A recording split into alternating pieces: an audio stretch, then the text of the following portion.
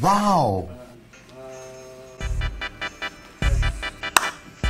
Yo, what's up guys? Yung po yung Uploads King. Every time nga pumuli nagbabalik dito sa ating vlog mga tol. So yun, for today's vlog, nandito kami sa Dutdutan 2019 na ba pre? 19. Anyways mga tol, yan, ngayong araw ang content natin is yun nga, nabasa nyo sa ating title, paprank ko nga yung nanay ko kasi wala akong makontent. Tapos namimiss ko na rin nanay ko, tapos wala lang, lahat. So nakausap ko na yung mga tao dun sa bahay namin, kasabwat sila lahat dun, bibidyoan nila yung nanay ko habang kausap ko. History na itong vlog na to mga tol is, dati tinanong ko na yung nanay ko kung pwede ako magpatato. Ang sabi sa akin, hindi. Kasi sa magsawa na ako magtanong sa kanya, okay lang yun, wala namang problema dun guys. Ayoko rin naman magpatato kasi takot ako sa ano. Ano yung panusok sa ano pre? Pag nagpapatato kayo? Di. Karayom. Takot ako sa karayom guys. Kaya injection. Takot ako. Karayom. Takot ako. Lahat. Takot na ako. Ngayon lang ako gagawa ng video na prank kasi ayoko talaga gumagawa ng prank. So yun lang guys, bago natin pala simulan to, subscribe naman kayo dito. Ay sorry. May tattoo ba dyan? Wala naman pala eh. Subscribe kayo dito, magawa natin kayo na to. Manonood sana ang bagong Pre, 1K na lang. Silver plate na. Papatato ko pala, sobrang liit lang. Ano ba ibig sabihin ng tattoo ko? Yung symbol nito is king daw sa Korea. Wang. So bakit maliit yung papatato mo, Kuya King? Kasi pag malaki, kapag full sleeve yung papatato na ganito, alam ng nanay ko na takot sa karayom. Ngayon, pag pina-full sleeve ko to na peke lang, sasabihin niya, hindi totoo yan kasi takot ka sa karayom, bla bla bla, etc.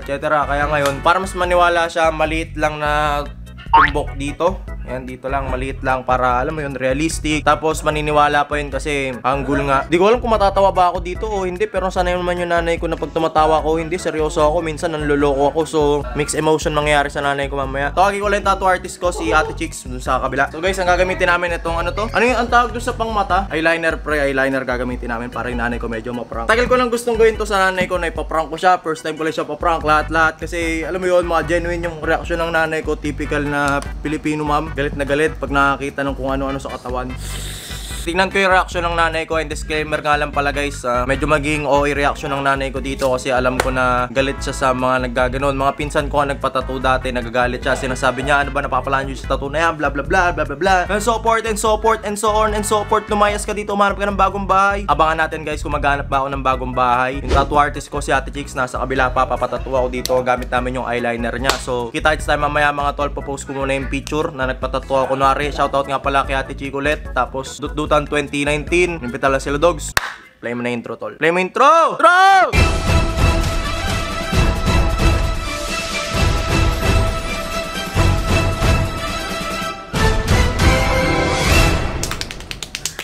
Nagkaka-post ko pa lang eh. Bigay Scotch tape ako. Ay, putik talaga to si Nakil. Huwag kang gagalaw. O, kininamers. Guys, ano nyo? Mabrang late lang niya pero okay lang. Taba ng braso ko, tang ina no? Wala nang flex eh. Bungad bang to? O nga no? Huwag siyempre kasi kanina medyo shiny. Diba? Popost ko na guys sa Facebook yung picture para ma-alarma na yung nanay ko. Yan, hawa ko na lang guys, gaganyan ko na lang mamaya. Tapos tatawagan ko na yung nanay. Tayo natin kung mag-rap yung nanay ko sa post eh no? Wait lang. Kaka-post ko lang eh.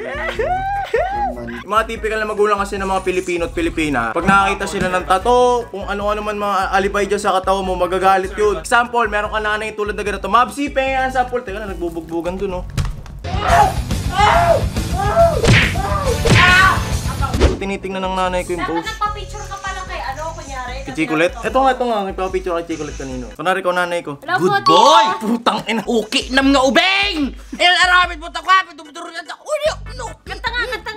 1, 2, 3, 4. Amom ginwang me, amo nagsala, amom ginwang me, amo nagsala. Tagal nung Tulog na tama, diris mo. Pinem ko na yung mga tao sa bahay namin. Tingnan natin kung ano yung sasagot. Gising pa ba nanay ko? Tawagan ko na. Ako na ako nagtatawag. Di, gising pa yan. Nocturnal yan eh. Kumakain pa nga tayo eh. Pwede ba mag-record ng ano, ng screen? Binabaan ako. Pwede ba mag-record ng screen habang tumatawag? Android lang, di ba? Huwag mo na pakita agad. Pwede mo mag-video natin.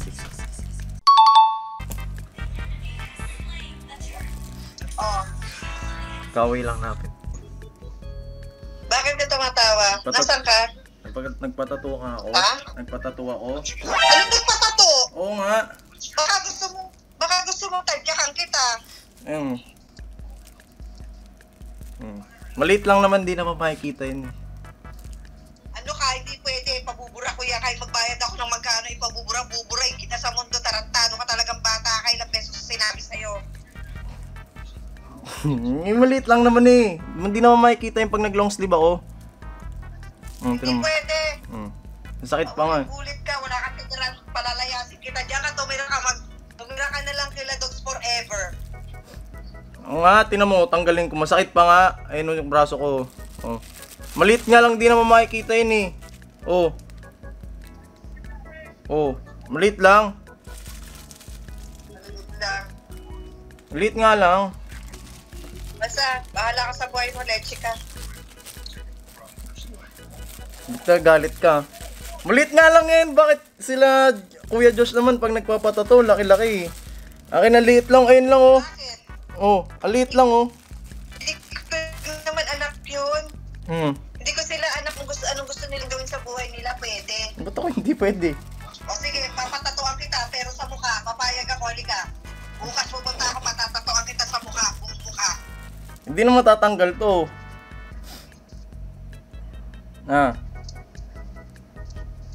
Hindi na matatanggal to. Hindi na matatanggal to. Paano? Ayaw maniwala, pinost ko yung picture. Hindi bahala ka sa buhay mo. Anong galit? Ito naman. Hindi naman makikita yun eh. Tingnan mo kasi maliit nga lang. Oh. Si Mabsi nga, ang laki ng tattoo dito sa kamay. Ako maliit lang oh. Yan lang oh. Oh. Maliit lang. Tapos yung design pa may pa-betlog-betlog. Hindi naman betlog yun eh. Oh. Ang gagawin ko, Pabubura ko yan. pwede ba magbura ng tato? Kanina pa sinabi ko na sa'yo yan, paulit-ulit na lang tayo. Leche ka talagang bata ka, maski kailan ka, napakatigas ang ulo mo. Tingnan mo yung tato ni Mabsi, ang ganda. Wait mo nga. Che, bahala ka sa buhay mo. Che. Binabuhan ng nanay ko. Gigi ka. Ay, pagalitan ako ni tita. Ay, pagalitan ako ni tita. Gago ka.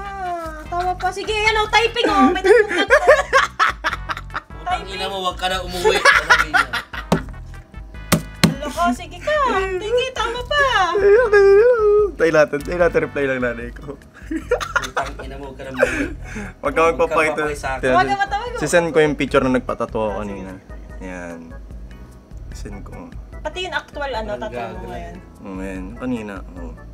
Yan. Maliit nga lang. Di naman makikita yan eh. Hindi ko na sinisin. Tayo natin mag-reply. Totoo, medyo totoo naman guys. Sa totoo lang, di ba Ate Chicks? Pero, thank you Ate Chicks. Guys, medyo totoo kasi yung gawa ni Ate Chicks. Kasi yung ganda nga, tingnan nyo. Oh. Hindi halatang japakes. Tapos alam pa ng nanay ko na medyo K-poppers ako. Goods yan. May plastic pa tayong props. Di na ako nireplyan, no? Di na ako nireplyan. Tingnan niya. Tapos manuburain mo, gago. Ayan. Kuha ka ng pambura. Di na sila. Hala ka. Sige, tawa ka. Guys, mananawagan po ako sa lahat ng pwedeng ampunin ako maliban kila Doggy. Mag-comment down below po kayo kung gusto nyo akong ampunin, guys. Nagmamakaawa po ako sa inyo, guys.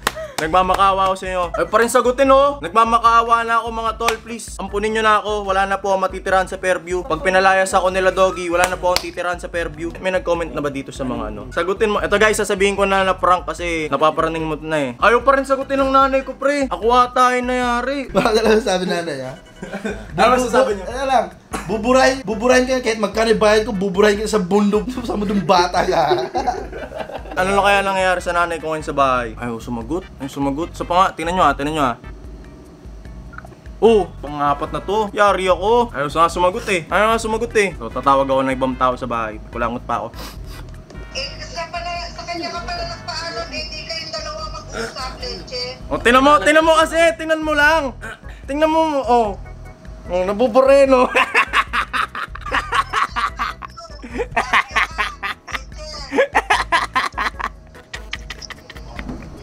Ba't nagagalit ka?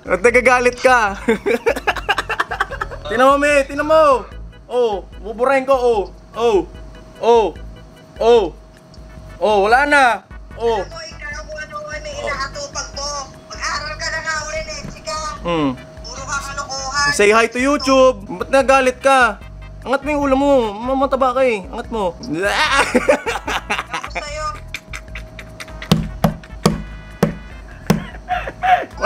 Tino, wala na, oh. Wala na, oh. Wala na, oh. Oh. Wala na nga, oh. Are you happy?